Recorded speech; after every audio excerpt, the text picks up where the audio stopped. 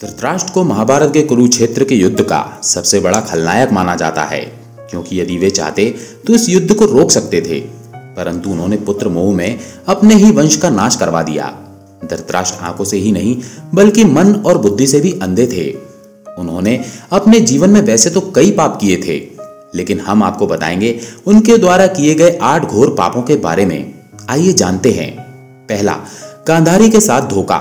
भीष्म ने धृतराष्ट्र का विवाह गांधार की राजकुमारी गांधारी से कर दिया था। गांधारी को जब यह पता चला कि उसके पति अंधे हैं, तो उसने भी आंखों पर पट्टी बांध ली। गांधारी का विवाह धृतराष्ट्र से करने के पहले जोशियों ने सलाह दी थी कि गांधारी के पहले विवाह पर संकट है, अतः इसका पहला विवाह किसी और से कर देने के बाद फिर धृतराष्ट्र से किया जाए। इसके लिए जोशियों के कहने पर गांधारी का विवाह एक बकरे से करवाया गया था। बाद में उस बकरे की बलि दे दी गई थी। कहा जाता है कि गांधारी को किसी प्रकार के प्रकोप से मुक्त करवाने के लिए ही जोशियों ने यह सुझाव दिया था। इस कारणवश गांधारी प्रतीक रूप में विधवा मान ली गई और बाद में उनका विवाह धृतराष्ट्र से कर दिया गया। दूसरा, गांधारी के परिवार को जेल में डालना। गांधारी एक विधवा थी। जब महाराज धृतराष्ट्र को यह बात पता चली तो वे बहुत क्रोधित हो उठे। उन्होंने समझा कि गांधारी का पहले किसी से विवाह हुआ था और वो ना जाने किस कारण मारा गया। धृतराष्ट्र के मन में इसको लेकर दुख उत्पन्न हुआ और उन्होंने इसका दोषी गांधारी के पिता राजा सुबाल को माना। धृतराष्ट्र ने गांधारी के पिता राजा सुबाल को पूरे परिवार सहित कारागार में डाल दिया। कारागार में उन्हें खाने के लिए केवल एक व्यक्ति का भोजन दिया जाता था। केवल एक व्यक्ति के भोजन से भला सभी का पेट कैसे भरता? ये पूरे परिवार को भूखा मार देने की साजिश थी। राजा सुबाल ने यह निर्णय लिया कि यह भोजन केवल उनके सबसे छोटे पुत्र को ही दिया जाए, ताकि उनके परिवार में से कोई तो जीवित बच सके। जिसे बचाने का निर्णय राजा सुबाल ने किया वो था शकुनी। ये भी कहा जाता है कि विवाह के समय गांधारी के साथ उनका भाई शकुनी और आयु में बड़ी उनकी एक सखी हस्तिनापुर आई थी और दोनों ही यहीं रह गए थे। तीसरा, दासी के साथ सहवास। गांधारी के पुत्रों को कौरव पुत्र कहा गया, लेकिन उनमें से एक भी कौरव वंशी नहीं था। धृतराष्ट्र और गांधारी के 99 पुत्र और एक पुत्री थी, जिन्हें कौरव कहा जाता था। गांधारी ने वेद व्यास से पुत्रवती होने का वरदान प्राप्त किया था। इसी वरदान के चलते ही गांधारी को 99 पुत्र और एक पुत्री मिली थी। उक्त सभी संतानों की उत्पत्ति 2 वर्ष बाद कुंडों से हुई थी। गांधारी की बेटी का नाम दुशाला था। गांधारी जब गर्भवती थी तब धृतराष्ट्र ने एक दासी के साथ सहवास किया था, जिसके चलते युयुत्सु नामक पुत्र का जन्म हुआ। इस तरह कौरवों की संख्या 100 हो गई। चौथा, पुत्र के मोह में करवाया महायुद्ध। पुत्र मोह में धृतराष्ट्र पांडवों के साथ अन्याय कर रहे थे, लेकिन राजा और राज सिंहासन के प्रति निष्ठा के चलते भीष्म उनके साथ बने रहे। धृतराष्ट्र ने अपने पुत्र मोह में सारे वंश और देश का सर्वनाश करा दिया। धृतराष्ट्र चाहते तो वे अपने पुत्र के हठ और अपराध पर लगाम लगा सकते थे, लेकिन उन्होंने ऐसा कुछ नहीं किया और दुर्योधन को गलती पर गलती करने की अप्रत्यक्ष रूप से छूट दे दी। पांडवों के साथ हुए अति अन्याय के चलते ही महाभारत युद्ध हुआ। राज सिंहासन पर बैठे धृतराष्ट्र यदि न्याय करता होते तो ये युद्ध टाला जा सकता था। विदुर ने कई बार धृतराष्ट्र को नीति और अनीति के बारे में बताया, लेकिन धृतराष्ट्र ने जानबूझकर विदुर की बातों को नजरअंदाज किया। पांचवा, चीर हरण के समय धृतराष्ट्र का चुप रहना। द्रौपदी की चीर हरण के समय भी भीष्म और धृतराष्ट्र चुप रहे और इसी के चलते भगवान श्री कृष्ण को महाभारत युद्ध में कौरवों के खिलाफ खड़े होने का फैसला करना पड़ा। चीर हरण महाभारत की ऐसी घटना थी जिसके चलते पांडवों के मन में कौरवों के प्रति नफरत का भाव स्थायी हो गया।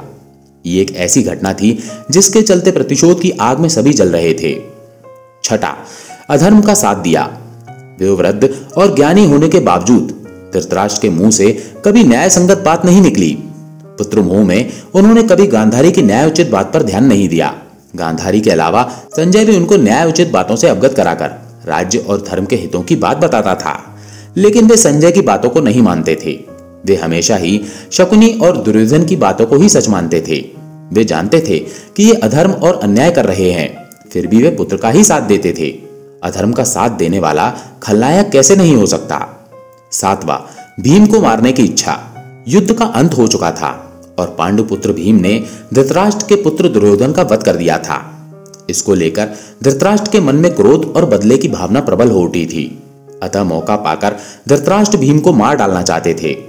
एक बार की बात है, जब महाभारत का युद्ध जीतने के बाद पांचों पांडव श्री कृष्ण के साथ हस्तिनापुर महाराज धृतराष्ट्र से मिलने पहुंचे तो भीम के अलावा सबने धृतराष्ट्र को प्रणाम किया तथा उनके गले मिले। बाद में भीम की बारी आई तो भगवान श्री कृष्ण धृतराष्ट्र की मंशा जान चुके थे। अतः जब भीम धृतराष्ट्र को प्रणाम करके उनके गले मिलने के लिए आगे बढ़ने लगे तो श्री कृष्ण ने भीम को इशारे से रोक दिया और उनके स्थान पर भीम की लोहे की मूर्ति को आगे बढ़ा दिया। धृतराष्ट्र बहुत शक्तिशाली थे। उन्होंने लोहे की मूर्ति को भीम समझकर पूरी ताकत से दबोच लिया और उस मूर्ति को तोड़ डाला। उनमें क्रोध इतना था कि वे समझ नहीं पाए कि यह तो लोहे की मूर्ति है। भीम की मूर्ति तोड़ने से उनके मुंह से भी रक्त निकलने लगा था। इसके बाद जब धृतराष्ट्र का क्रोध शांत हुआ तो वे भीम को मृत समझकर रोने लगे। तब भगवान श्री कृष्ण बोले कि भीम तो जीवित है, आपने भीम समझकर भीम की मूर्ति को तोड़ा है। इस प्रकार भगवान श्री कृष्ण ने धृतराष्ट्र से भीम की जान बचाई थी। 8वां, पूर्व जन्म का पाप। कहते हैं कि पूर्व जन्म में किए पाप के कारण धृतराष्ट्र जन्म से ही अंधे थे और उनके सभी पुत्र मारे गए। दरअसल अपने पूर्व जन्म में धृतराष्ट्र एक बहुत ही निर्दयी एवं क्रूर राजा थे। एक दिन जब वे अपने सैनिकों के साथ राज्य भ्रमण को निकले तो उनकी नजर एक तालाब में अपने बच्चों के साथ आराम करते हुए हंस पर पड़ी। उन्होंने सैनिकों को तुरंत आदेश दिया कि उस हंस की आंखें निकाल ली जाएं।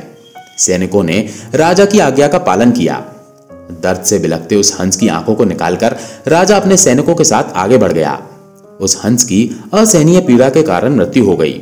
इस घटना को देखकर उसके बच्चे भी मृत्यु को प्राप्त हो गए।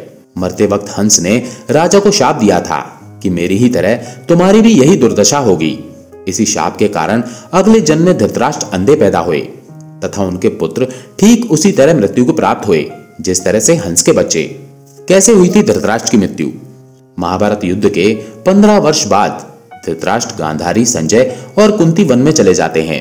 3 साल बाद एक दिन धृतराष्ट्र गंगा में स्नान करने के लिए जाते हैं और उनके जाते ही जंगल में आग लग जाती है। वे सभी धृतराष्ट्र के पास आते हैं।